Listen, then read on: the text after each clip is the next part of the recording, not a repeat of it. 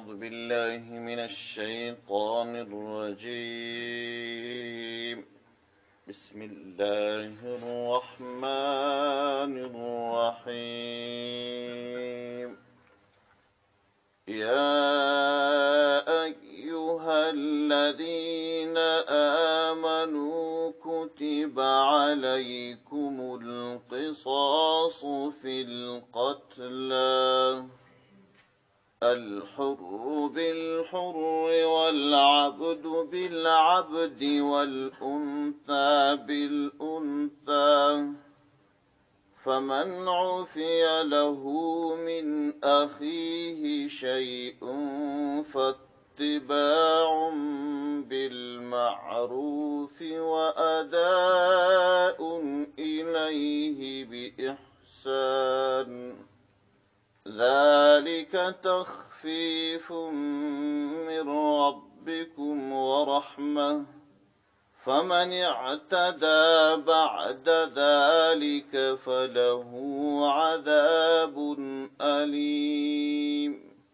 ولكم في القصاص حياة يا أولي الألباب لعلكم تتقون صدق الله العلي العظيم. البقرة سورة آیت نمبر 178. مخکې آیت کریمه کې باب البر شروع سو. دا خبره مو وکړل چې د مخکنی آیات کریمه څخه د ژوندانه د پاره چې څه مهم احکام دي، هغه که عقیدوي عبادات دي، که بدني عبادات دي، که مالی عبادات دي، که معاملات دي، که اخلاق دي، دا به د دې ځای څخه وروسته شروع کیږي او دا 5 واړه عبادات دا په اجمالي توګه په هغه تیر آیت کریمه کې یاد سوه. دغه باب البر یا دغه د ژوندانه چې کوم مهم احکام دي، د دې څخه یو حکم چې قصاص دی د الله جل جلاله په دې آیت کریمه کې بیانوي. د قصاص په اړه باندې ځان پوه کول پکار دی. قصاص دا هغه مرګ یا اعدام ته ویل کیږي چې کله یو څوک قتل وکي، دغه قاتل د هغه قتل په وجه باندې اعدام یا ووژل سي، او یادا چې یو څوک په یو بل چا کې ناحقه جرحه یا زخم وکي، یا سترګه ور وباسي، یا لاس ور پرې کي، یا بل کم زخم پکښې پیدا کی، د دې زخم بدلا چې د ده څه واخیستل سي دې ته قصاص ویل کېږي. نو دغه قصاص اړوند الله جل جلاله دلته حکم بیانوي. اوس دا قصاص یو قصاص د قتل دی، یو قصاص د جرح یا د زخم دی. او قتل څو ډوله دی: قتل عمد، قتل شبه عمد، قتل خطا، قتل جاری مجرای خطا، قتل بسبب. دا 5 ډوله قتل دی. په قتل عمد کې قصاص تا او په دې نورو قتلونو کې دیت او کفاره ستا. په چا کې یوازې دیت ستا، په چا کې یو دیت او کفاره دواړه دي، او په چا کې یوازې کفاره ستا. قتل عمد دې ته ویل کېږي چې یو څوک اله د قتل راواخلي، اله جارحه. اله جارحه لکه توره، چاړه، توپک دا راواخلي او یو بل څوک ناحقه په قتل کې. کله چې دی د اله جارحه را اخلي، د اله جارحه استعمال د ده په اختیار کې وي، او هغه سړی چې دی غواړي په دې اله جارحه باندې ووهي، د هغه سړي وژل هم د ده قصد وي. په دې ته قتل عمد ویل کېږي. لکه یو څوک چې چاړه راواخلي او بل څوک په ووهي د دې دپاره چې ویې وژني، یا توپک او توپنچه راواخلي د دې دپاره چې یو بل سړی په ووژني. په دغه قتل عمد کې قصاص دی. او که اله جارحه یې نه وکارولې، لکه یو سړی چې بل څوک ناحقه قتل کې په خفایه ووژني، په دې کې قصاص نشته. قصاص په هغه قتل کې دی، دا شرایط یې پوره کول پکار چې اله جارحه به وي، د دې اله جارحې استعمال به د په اختیار کې وي، او هغه مقتول داغه وجل به هم د قصد وي او دا قتل به هم ناحق وي، یعنی دا چې هغه سړی د وجلې دي پر هغه سړی به د اعدام فیصله نه وي وتلې، لکه بعضې ځایو کې چې قاضي پر یو چا فیصله وکړي د اعدام، نو بیا جلات راسي دغه سړی پورته کې دار ته وخېږي، نو دا جلات هم قاتل شو. دغه قتل چې د وکړي د جلات دا خو د قاضي په حکم وکړي نه، مطلب می دا دی چې څوک علی جارحه راواخلي د علی جارحه استعمال د په خپل اراده وي او قصدا یو څوک په وي داغه سړي قتل هم جائز وي او دا قتل د مقصود وي، په دې صورت کې نو پر دې قاتل باندې قصاص ده. دغه قصاص دا د هغه مقتول د ورثو حق. پر دې موضوع به خبرې وکړو، یو ور به دا نور قتلونه ووایو، بیا به بیرته دې ته راسو چې د دې قصاص شرایط څه دي، څوک به یې اخلي او پر څه ترتیب به یې اخلي. دوهم ډول قتل شبه عمد دی. قتل شبه عمد دې ته ویل کېږي چې یو څوک الله د قتل راواخلي، یو بل څوک په ووایي د الله د قتل د په استعمال د په خپل اختیار کې ده، اما هغه څوک چې دی په وایي د هغه قتل د اراده نه وي، زجر یې اراده وي، لکه یو څوک چې د بیلچې لاس ته راواخلي غواړي یو چا ته سزا ورکړي، مقصود یې دا نه دی چې هغه ووژني، ناګهانه هغه لرګی یو بې ځایه ځای وموښلېږي، هغه سړی قتل شي. دا قتل عمد نه بلکې قتل شبه عمد دی. په قتل شبه عمد کې دیت دی او کفاره ده. هغه مقتول چې دی د هغه ورثو ته به دیت ورکوي. د دیت پر مسله باندې هم خبرې کوو وروسته، او د کفاره پر مسله هم خبرې کوو، ځکه کله چې څوک قتل وکړي د قتل په صورت کې په ده پسې درې حقوق مشلي. او دریم ډول قتل چې دی قتل خطا دی. قتل خطا دی ته ویل کېږي چې یو څوک الله د قتل راواخلي او د الله د قتل استعمال سي، دا استعمال هم د په اختیار کې وي، خو مقتول چې ووژل سو د دې مقتول نه وژل د اراده وي نه زجر اراده وي، لکه په غره کې چې یو سړی ښکار کوي دی ټوپک راواخلي، د دې ټوپک استعمال خو د په اختیار دی، مګر خدای غواړي د غره پسه وولي، غواړي هوسۍ وولي، هغه مرمۍ ناحقه ولاړه سي په بل چا کې وموښلېږي، هغه انسان وي، یا دی د یو حیوان خیال ورباندې وکړي، هغه په حقیقت کې انسان وي. اوس دلته د علی قتل د په اختیار کې دی او هغه سړی چې ووژل سو د هغه سړی نه د وژل اراده دي او نه یې زخمي کول اراده دي نه یې تهدید اراده دي، یوازې او یوازې د مقصود ښکار کول و، هغه ښکار هغه صید د هغه ګولۍ راله په ده کې وموښتل،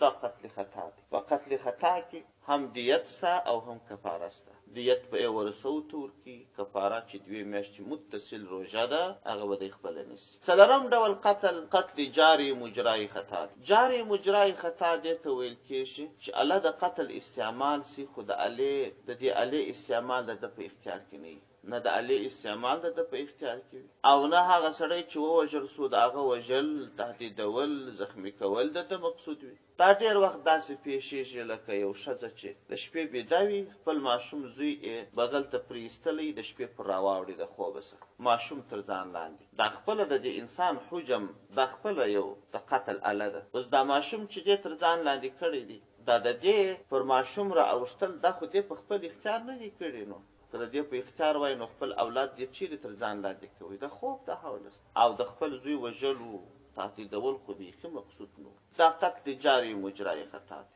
په دې ځای کې هم کفاره و دیت دواړه سته، خو په دې ځای کې خپله که د ماشوم پیښه وسي دیت نسته، کفاره ورباندې سته، ځکه دا تر ټولو نږدې ترین قریب ده. او پنځم ډول قتل بسبب دی. قتل بسبب دې ته ویل کېږي چې یو څوک داسې یو کار وکړي چې د هغه د چا د قتل سبب جوړ شي، لکه یو سړی چې په خپل سرای کې څا وکاږي او بل سړی راسي هغه سړی د پاره وکاږي، بل سړی راسي څا ته ورولوېږي. اوس دغه قتل بسبب بلل کېږي، د خپل مباشر نه دی په دې قتل کې، خو هغه سبب دغه د قتل د مهیا کړی دی، دی دغه د پاره سبب جوړ شوی دی. دا 5 ډوله قتلونه دي. دلته الله جل جلاله د دې اول ډول قتل چې قتل عمد دی، د دې قتل عمد حکم بیانوي چې په قتل عمد کې حکم دا دی که یو څوک ناحق قتل وکړي او اله جارحه استعمال کړې ده، نو دلته 2 لارې دي. یوه لاره دا ده چې دغه سړی چې د قتل یې ناحقه وکړي دا قصاص کړل شي، اعدام کړل شي. قصاص به څوک ورکوي؟ د اعدام حق به د چا وي؟ دغه د دې میت ورثه دا د اعدام حق لري، دا د قصاص حق لري، دا د بدله اخیستلو حق لري. ځکه کله چې یو سړی قتل وکړي پر ده باندې 3 حقوق وصل سو، پر د 3 حقوق لازم سو. یو حق د الله سو چې الله عزوجل د قتل منع کړی وو د قتل وکړي. الله ته مجرم دی، الله جل جلاله به حساب کتاب ورسره کوي چې زما یو بنده دا تاول نه حق قتل کوي او د مؤمن مسلمان قتل کول دا ډیره ستره ګناه. دوهم حق د دې میت دی د متوفا دی چې هغه زړه درد کوي وای ما ته په ژوندانه کې تر ټولو مهمترین شی ژوندو، دا ژوند تاول زما سوا اخیستی نه حق. الله عزوجل به د خپل بنده حق د تصور اخلي. دریم حق ته د متوفا د ورثو دی، د متوفا قریبان دغه هم زړه درد کوي چې زموږ قریب، زموږ ورور، زموږ پلار، زموږ زوی دا تاول راڅخه قتل کوي، ولې دې موږ به قریب وکړو. دغه قصاص چې اخیستل کیږي دا د دې ورثو حق دی. دا قاتل چې قتل وکړي دا لا حق او د دې متوفا حق د قیامت ورځې ته پاتې شي. هلته به بیا حساب کیږي چې الله څه معامله وسره کوي. اوس دغه ورثه چې دا خپل بدله اخلي دا د ټولو ورثو حق. یو سړی ووژل سو 15 زامن یې دي، پلار یې دی، مور یې دی، دا اولین حقدار دی په بدله اخیستلو سره. په دې زامنو کې کچيري یو زوی عفو ورته وکړل دا د قصاص حق دا بیا تجزیه کیږي نه، انور بیا د قصاص اخیستلو حق نه لري بلکې دیت باخلي. دا تقسیمیږي نه، ټول ورثه به په اتفاق دغه د قصاص حق اخلي. دا سړی به وجنی خو دغه د قصاص حق تجزیه کیږي نه، که یو وبخشي انور به دیت. دیت دا 100 اوښان دی یا 10,000 درهم او یا 1000 دیناره د سرو زرو دی. 10,000 درهم د سپینو زرو یا 1000 دیناره د سرو زرو او یا 100 اوښان. 100 اوښان ډېرې پیسې کیږي، 1000 دیناره هم ډېرې پیسې کیږي. 10,000 درهم دا اوس اسانه او تر ټولو هغه کښته قیمت د دیت دی.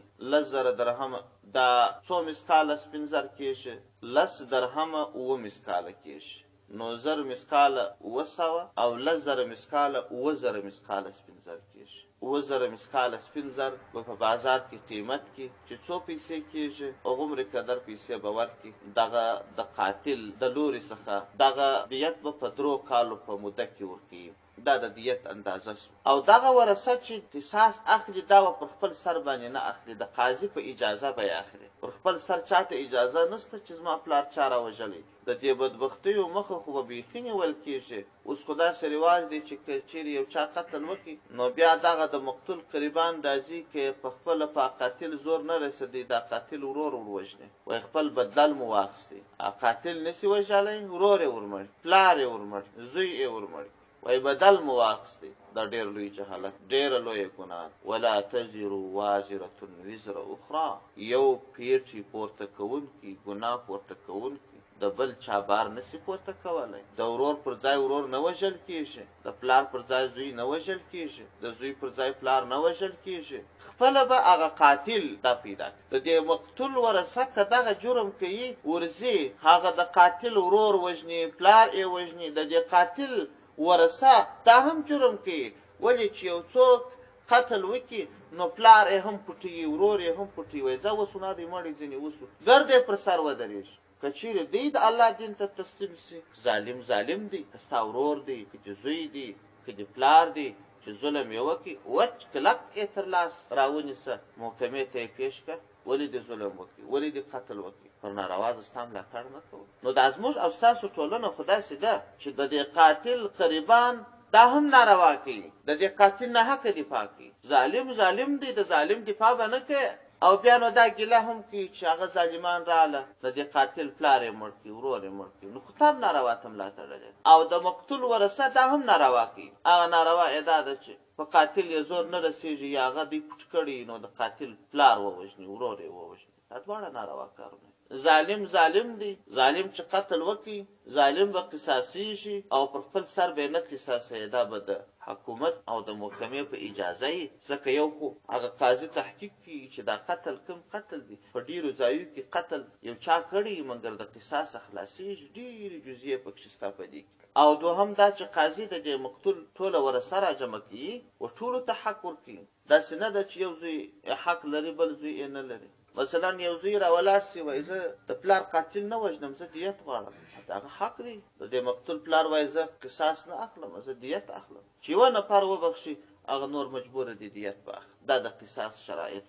ځکه الله جل جلاله فرمایي یا ایها الذین آمنوا، ای هغه کسانو چې ایمان مراوړی دي پر الله او پر رسول او پر ورځ د قیامت باندې، کتب فرض کړل سوی دی علیکم پر تاسو باندې القصاص قصاص فی القتلا په مړو، الحر بالحر، حر کس دا به وژل کیږي بالحر د حر په مقابل. د دې معنا څه ده؟ د دې معنا دا ده چې تر اسلام مخکې بعضو قومونو بدی سره کړي وي، وروسته د اسلام د مبارک دین په راتګ سره د دې تر مابین روغه جوړه راتلل، نو بعضو خپله جاهلانه او هغه خپل ناسم رواج راپورته کړي، ول تر هغه ساعته موږ روغه نه سره کوو چې موږ خپل قصاص نه اخیست. اشه د قصاص ستاسو حق. قصاص داسې اخلو چې زموږ د مړی په بدله کې مددي حر نه وژلی، زموږ د ښځې په بدله کې مددي نارینه نه وژلی، تر هغه ساعته پورې موږ روغه نه کوو. قصاص اخلو. قصاص هم داسې زموږ مړی د دې تر حر اصل دی. دا خبرې به دی کولې. الله جل جلاله آیت کریمه نازل کړي چې د اسلام مبارک دین د مساوات دین دی. حر که قتل کړي و خپل حر به پر وژل کېږي. اوس قتل مړی کړی دی وژل کېږي به حر، قتل حر کړی دی وژل کېږي به مړی، دا خو ظلم دی. قتل ښځې کړی دی وژل کېږي به نارینه، قتل نارینه کړی دی وژل کېږي به ښځه، دا خو ظلم دی. چا چې تعدا کړې ده، چا چې ظلم کړی دی، هم هغه ته به سزا ورکول کېږي او بل چاته نه.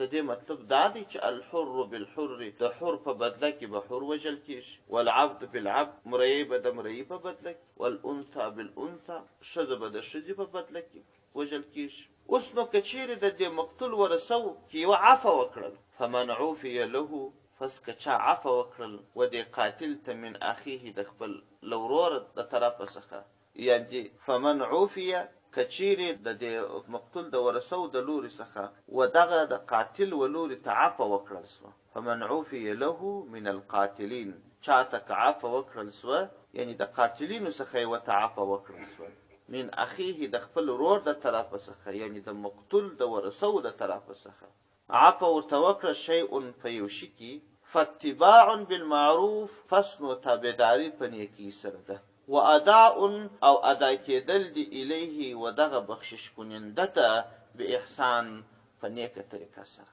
د دې مطلب دا چې د مقتول ورثو کې یوه عفو وکړل، نو د دې قاتل پر طرف دوه کاره پکار، فاتباع بالمعروف، پیروي په نیکیو سره ده، یعنی دا چې دی به خونبها دیت ورکړي. فاتباع بالمعروف، دغسې نو مه پرېږده چې هغه کس یوه عفو درته وکړه توازه الله دې خیر درکړي. فاتباع بالمعروف، فاتباع بالمعروف، خونبها دیت ورکړه.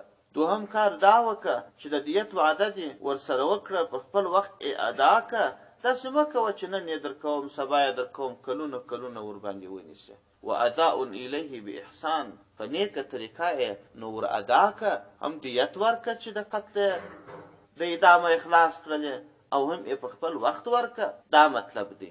ذالک، دغه چې د قصاص په بدله کې تاسې پیسې ورکولی سئ، دا جایز دی. تخفیف من ربکم، دا تخفیف دی ستاسې د رب د لوري څخه، ورحمه او رحمت.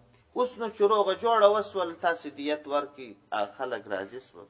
د دې وروسته که چیرې چاته ادا وکړل، روغه جوړه کړې ده د مقتول د لوري څخه یو څوک راپورته سو، قاتل ته تاوان ورسوي، د دې سزا نو الله ورکړي. فمن اعتدى بعد ذلك، چا که تجاوز وروسته تر دې وکړي، فله عذاب علیم، پس هغه کس لره زیات دردناک عذاب دی، بیا نو الله عز وجل سخته سزا ورکړي.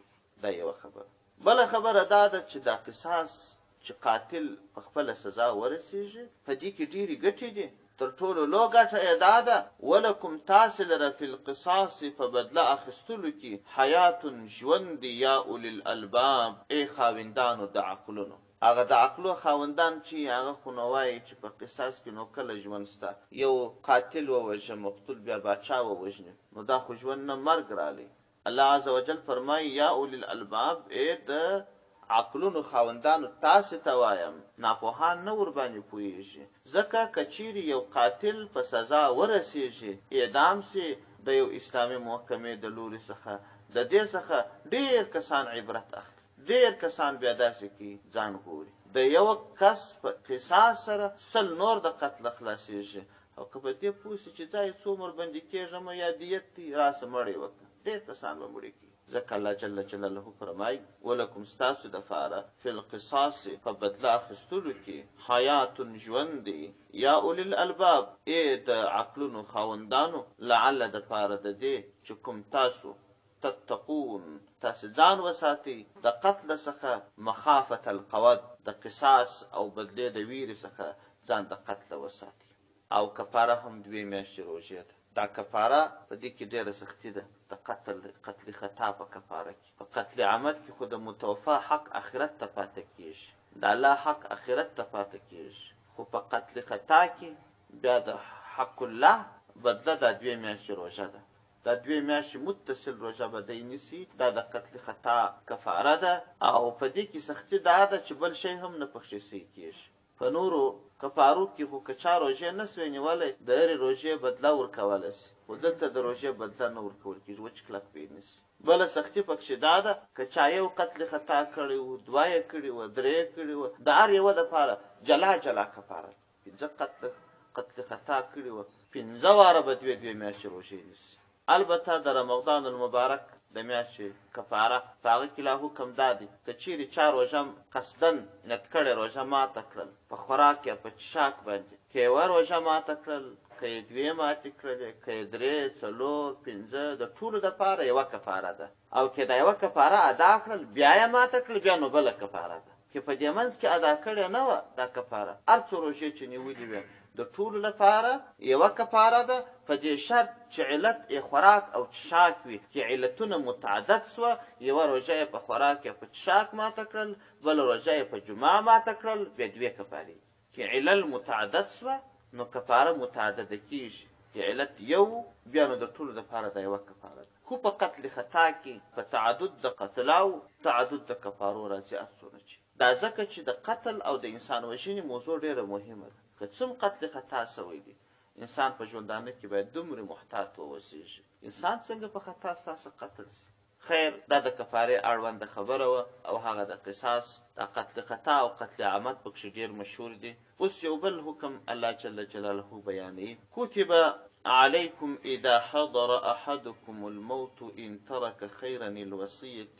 للوالدین والاقربین بالمعروف حقا علی المتقین د اسلام د شروع او د اسلام د وروسته مرحلې چې پیغمبر علیه السلام مدینې منورې ته راغلی د هغه مکي او مدني ژوند په احکامو کې فرق د میراث په اړه باندې په شروع کې حکم دا و چې کله به یو څوک وفات کېدی پر ده باندې وصیت فرض هغه وصیت دا چې ده به خامخا حصې معلومولې چې دا زما مال دي چاته ورکول سي او چاته دې نه ورکول کېږي یو حکم دا و دوهم حکم دا و چې کله به یو څوک وفات سو نو ځینې کسانو ته الله جل جلاله حصې معلومې کړي وې د زامنو حق معلوم و چې زوی ته یوه حصه ده او لور ته نیمه حصه یا 2 حصې د زوی دي یوه حصه د لور د دې اولادونو د حصو اخواته نور حصې معلومې سوي نه وې د هغه حصې به خپله متوفا معلومولې چې زه وفات کېږم دغه حصې خو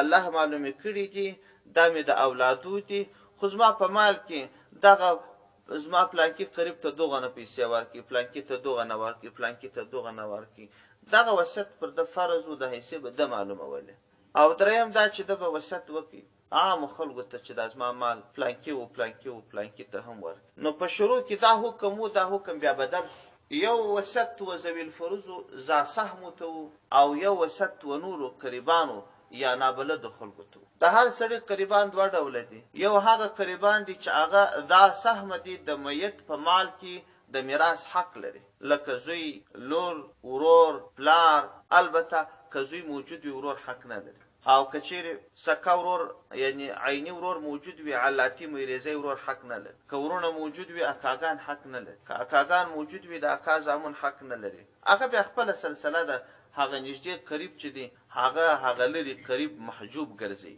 خو په هر صورت هر کس که چیرې د یو چا په میراث کې ونډه درلودل دغه متوفا دغه کس په اړه وصیت نسی کولای، ځکه شریعت مقدسه و ټولو ته حصې معلومې کړلې. په شروع کې یوازې د اولادو حصې معلومې وې، بیا د ټولو حصې معلومې شوې، د زوی حصه معلومه شوه، د لور حصه معلومه شوه، د پلار، مور او ټولو قریبانو حصې معلومې شولې.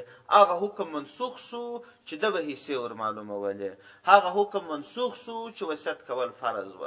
وصیت کول جائز پاتې شوه، البته د هغه کسانو په اړه باندې چې شریعت حصه نه ور معلومه کړي. یو سړی وایي چې زه وفات شوم، زما د مال درېیمه حصه زما پلانکي زوی ته ورکړي، دا وصیت نه دی شي، ځکه پلانکي زوی ته خو الله عز وجل هغه د حصه ور معلومه کړې ده. او بله خبره دا چې دغه کس چې وصیت کوي، دا وصیت په یوه حصه کې صحیح کېږي، په دوو حصو کې نه صحیح کېږي. ټول مال به درې حصې کې، دغه درېیمه حصه کې وصیت نافظ دی، په دوو حصو کې نه صحیح کېږي. هغه دوې حصې د هغه قریبانو دي چې الله عز وجل حصې ور معلومې کړي دي.